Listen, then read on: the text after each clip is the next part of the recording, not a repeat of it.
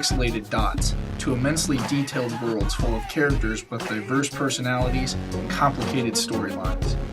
Games have become interactive movies in a sense, having the same capabilities of striking emotional chords and leaving that sense of awe and wonder.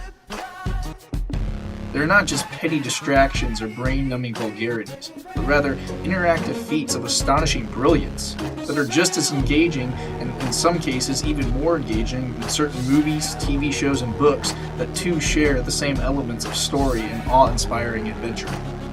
With gaming technology and software advancing further and further, and the complexity of game stories evolving even more than they already have, it leads one to wonder, what is next to come in the gaming industry?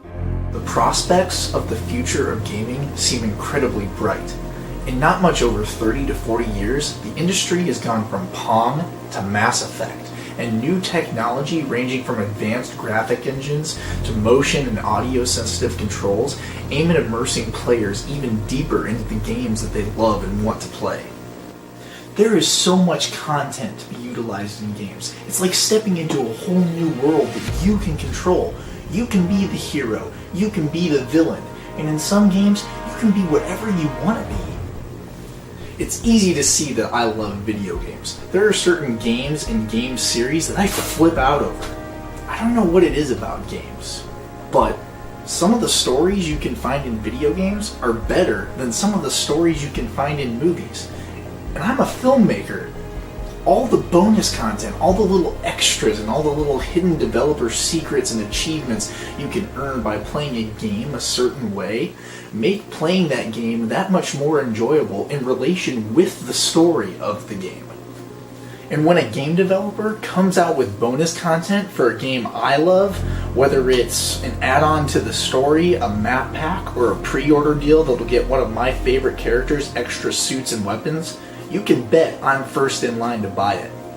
Now, I asked some good friends of mine who too share the same passion for gaming that I do, why they liked video games and what video games were to them. Additionally, I also asked them where they thought the video game industry was heading and even what they hoped may come in the future of the video game industry. Here's what they had to say.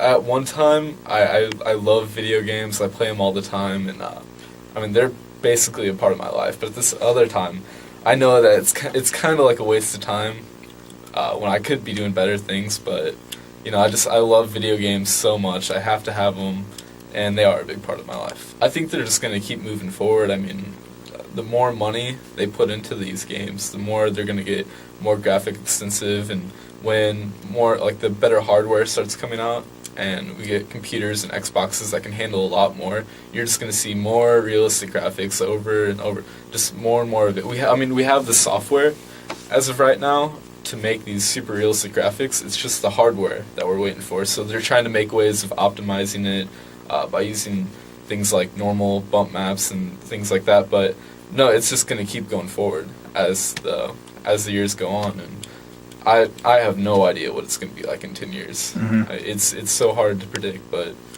it's probably going to be amazing. I think one of my most played games is probably FIFA, the soccer game, because it's just, a lot of games have really good story to them and everything. It's just the playability of FIFA. I could sit there and play it over and over and over again just because, I don't know, it's just the interaction seems different every single time with the players.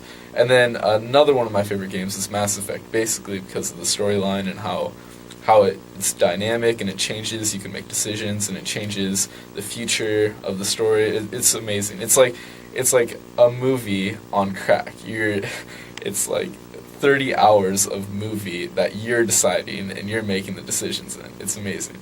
I think it would be awesome if you were fully immersed into the game. Like, for instance, it's not just the Kinect where you kind of move around, but it's just a video camera basically on you. Like, if you're actually running and you're in the combat, that's where gaming should be headed, to pure realism. I know a lot of people don't want that at all, but I think that would be amazing. I don't know, it's a fun time hanging out with your friends. It's a good social environment, all talking, laughing, and playing games. Just being able to see what all your friends can do in a video game and what you can do, the different approaches you have and stuff like that. It's pretty fun, and just being able to do things that you would never even think about doing in real life. And with video games, how far they've come and how realistic they are. It's awesome. It's a cool experience. I'm hoping to see some even more interactive systems come out that'll really get you into it. Because the controller is one thing, but using your whole body as a game that would be awesome. Games definitely have storylines that, you know, the equivalent of a whole series of books. They're so long, and there's so much to them. It is like, and there's plenty of games out there where the decisions you make change the game that you play, and things will happen down the line.